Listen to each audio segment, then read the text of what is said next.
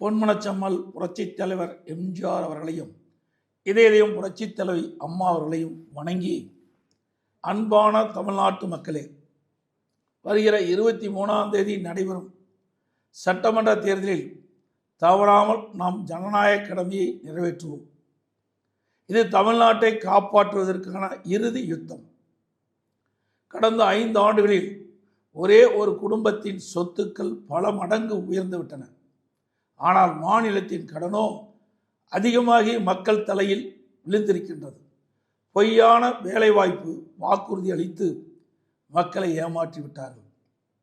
கடந்த 5 ஆண்டுகளில் உயர்கல்வித்துறை முற்றிலும் சிதைந்து விட்டது. பெண்களுக்கு எங்குமே பாதுகாப்பு இல்லாத சூழல் நிலவுகிறது. போதை மற்றும் வன்முறை காடாக மாறிவிட்டது. இந்த அராஜக ஆட்சியிலிருந்து உங்கள் பிள்ளைகளை காப்பாற்ற உங்கள் வாக்குத்தான் ஒரே ஆயுதம். ஒரு குடும்பம் மற்றும் அராஜக ஆட்சிக்கு முற்றுப்புள்ளி வைத்து மக்கள் நலன் காக்கும் குற்றமற்ற சிறப்பான பாதுகாப்பான தமிழ்நாட்டை அனைத்து இந்திய அண்ணா திராவிட முன்னேற்றங்களால் மட்டும் தர முடியும்.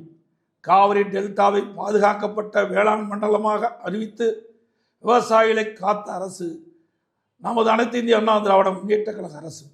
ஒரே ஆண்டில் 11 புதிய அரசு மருத்துவக் கல்லூரிகளை கொண்டு வந்து சரித்திரம் படைத்தோம் நம்முடைய அரசாங்கம். மாணவர்களின் கல்வி மேம்பட விலையில்லா மடிக்கணினிகளை வழங்கியதும் நமது அரசு. அம்மா உணவகம் மற்றும் அம்மா மினிக்கிளினிக் ஆகியவற்றை ஏழைகளுக்காக அமைத்து கொடுத்தோம்.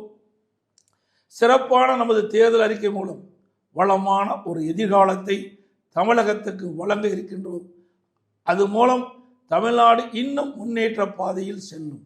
அனைத்து இந்திய அண்ணா திராவிட முன்னேற்ற கழக தலைமையிலான தேசிய ஜனநாயக கூட்டணி அதிக வாக்குகளை பெற்று அமோக வெற்றி பெறவும், அனைத்து இந்திய அண்ணா திராவிட முன்னேற்ற கழகம் தனி பெரும்பான்மையோடு வெற்றி பெற்று ஆட்சி அமைக்கவும், தேசிய ஜனநாயக கூட்டணியில் அங்கம் வைக்கின்ற கட்சியுடைய சின்னங்களான இரட்டை இலை சின்னம், தாமரை சின்னம், மாம்பழ சின்னம், குக்கர் சின்னங்களில் பெருவாரியான வாக்குகள் அளித்து வெற்றி பெற செய்யுமாறு அன்புடன் கேட்டுக்கொள்கின்றேன்.